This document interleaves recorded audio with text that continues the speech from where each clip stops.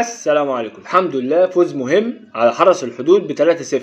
خلي بالك مش الميزه اللي انت كسبت 3-0، خلي بالك حرس الحدود من الفرق المتواضعه وانت قدرت تكسب 3-0 باداء مش الواو. بس الميزه في ماتش النهارده اللي الزمالك قدر من 4 شهور ونص من بدايه السنه اللي هو يكسب ماتشين ورا بعض، هو البنك الاهلي وحرس الحدود. عايز اقول لك ان نادي الزمالك بحجم نادي الزمالك ولاعيبه نادي الزمالك اللي هي المفروض الكريمه بتاعت الدوري، الزمالك ما قدرش يكسب ماتشين ورا بعض في جميع البطولات اللي هو دخلها، يعني من كاس رابطه لكاس مصر للدوري لدوري ابطال افريقيا. وعايز اقول لك للاسف ان الزمالك من 4 شهور ونص ما كسبش غير 6 متوشه بس في جميع البطولات، مع ان لعب اكتر من 13 14 ماتش. فده يعني الحمد لله ميزه، او زي ما بيقولوا في الكوره المكسب بيجيب مكسب. الزمالك ما كسبش غير 6 متوشه من 4 شهور ونص، ومع حرس الحدود والبنك الاهلي وفيوتشر وسموحه والترجي والمريخ. فاما انت وما كسبتش ماتشين ورا بعض، فالحمد لله البنك الاهلي الماتش اللي فات وادي الماتش ده حرس الحدود، وان شاء الله المكسب بيجيب مكسب مع المدير الفني الجديد اللي وشه حلو. خلي بالك النهارده يعني عند كل اللعيبه عند المدير الفني 0-0، كله زي بعض. يعني خلي بالك ممكن تلاقي الماتش الجاي لعيب انت كنت شايفه احتياطي او ما بيلعبش تلاقيه بيركب هو اللي بيلعب، ولعيب كان اساسي وتلاقيه قاعد على الدكه. ما هو كله عند المدير الفني واحد، ما هو مش قاعد معانا في الدوري، مش قاعد معانا في مصر، ما يعرفش اللعيبه دي، ما اتفرجش، هو ده اول ماتش ليهم بالنسبه له. فهتلاقي في لعيبه منوره قوي النهارده، فممكن تلاقي هي اللي بتركب، مع ان اللعيبه دي ما كانتش موجوده خالص. يعني ابراهيم نضاي ما كانش موجود الفتره اللي فاتت، ممكن تلاقيه النهارده مميز جدا فتلاقيه هو اللي بيركب. ممكن تلاقي النهارده واحد زي حاتم سكر، اسمه حاتم سكر صح، يعني الباك الليفت، يعني ممكن تلاقيه هو اللي بيركب على فتوح، مع ان فتوح باك ليفت ما حصلش. افضل باك ليفت موجود في مصر هو احمد فتوح. ممكن حاتم سكر اما نزل عمل اداء كويس وما بيخافش، فتلاقيه هو اللي بيركب، واخد بالك، هو اللي بيلعب.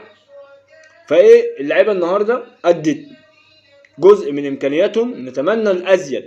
يعني المفروض نادي الزمالك يعني اعلى من كده بكتير لعبته، فالحمد لله.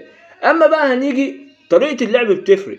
يعني انا قلت لك 100 مره الزمالك الطريقه المناسبه ليه 4-2-3-1، وشايف اي فريق عايز يهاجم، عايز يجيب اجوان، عايز ينافس، اللي هو يلعب ب4-2-3-1، بتعمل كثافه عدديه في الهجوم.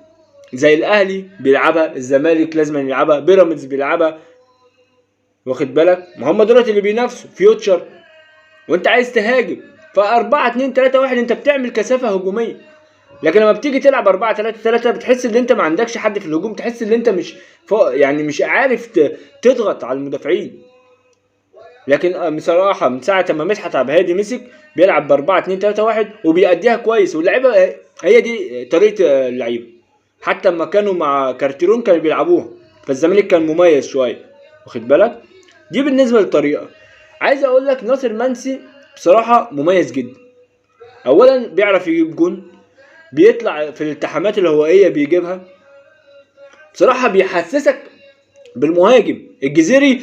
يعني مع احترامي ليه كويس وبتاع، بس على فترات تحس ان هو لعيب ني من الاخر، يعني بلغه الكره لعيب ني. لكن ناصر منسي بصراحه مميز، بعيدا عن الاجوان الهاتريك اللي جابه بتاع، بس لسه قدامه. بس انا شايفه يعني فرود جامد، فرود كويس، هيجي منه لو الاطراف بتشغله كتير. تاني حاجة عايز اتكلم عليها محمد عبد الغني. انا بحس اللي هو مع احترامي ليه والله مش بقلل منه، بس هو انا مش شايفك في الملعب، مش حاسس بيك. يعني انت المفروض بتلعب 6، يعني مكان طارق حامد، يعني بتقطع الكورة وتسلمها، ولا انت بتقطع ولا انت بتسلمها، واما بتجيلك بتتقطع منك. حتى مكان الفاولات اللي انت بتعملها غلط. انت المفروض بتعمل في نص الملعب، لكن انت بتعمل الكرة واحنا مهاجمين في ال18 بتعمل علينا فاول. انا باحترامي ما تلعبش خط نص، يعني انا من وجهة نظري ده مش مكانك. العب يعني انت اصلا خاربها ورا، العب ورا، انت خاربها في الاتنين. فانا شايف يعني خط النص انا شايف دونجا بصراحه متهان في الملعب، هو اللي بيقطع وهو اللي بيسلم. يعني دونجا بيلعب 8، لا بيلعب 6 بيساعد. انا شايف ان محمد عبد الغني ضعيف في الحته بتاعت خط النص، خلي بالك، وضعيف في الحته الدفاعيه، بحس اللي هو بيسرح، وبحس اللي في خط النص اللي هو بيستخبى ورا اللعيبه. دي وجهه نظر اللي شاف بقى، يعني دي وجهه نظر.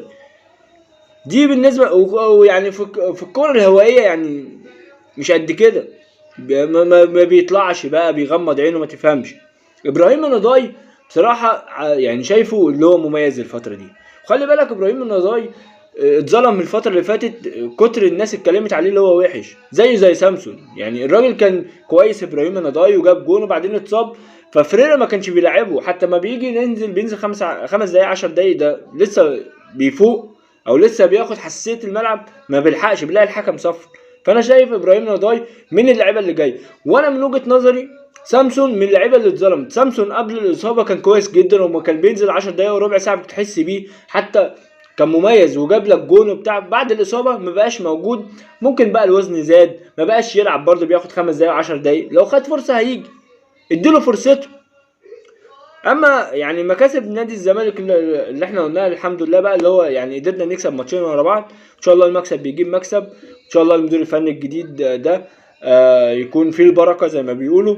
واحنا محتاجين مدير فني قاعد على الخط، عارف اللي هو زي حسام حسن بقى، يغل على اللعيبه تطلع كل اللي عندها. فريرا كنت تحس اللي هو هادي، بروف، وانا بقى مقتنع بيك تماما على فكره، وحصل له حبه مشاكل ويعني ايه منه ومن غيره وبتاع، بس سيبك، هي اللي عطلت الدنيا شويه. بس اللعيبه دي محتاجه واحد اكتف شويه اكتف، يعني ايه، يحركهم، يزعق شويه، زي حسام حسن، زي مدحت عبد الهادي كان بيلعبها، زي المدير الفني اللي جاي بيقول له في الحته الحماسيه ان شاء الله.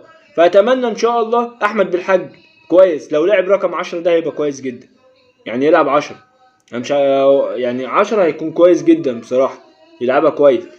فالحمد لله على المكسب، وان شاء الله يعني يعني نتقدم مراكز يعني. بس خلي بالك انت بعيد قوي عن الاهلي، يعني الاهلي لو لعب برضو الموتوشه المؤجله بتاعته هيبقى وكسبها هيبقى فرق 20 بونت، فبعيده قوي. انت حاول بقى توصل تاني ان شاء الله، ربنا يكرم يعني. ولو انت لسه بتسمعني يا ريت تشترك في القناه وتفعل زر الجرس وتعمل لايك. سلام.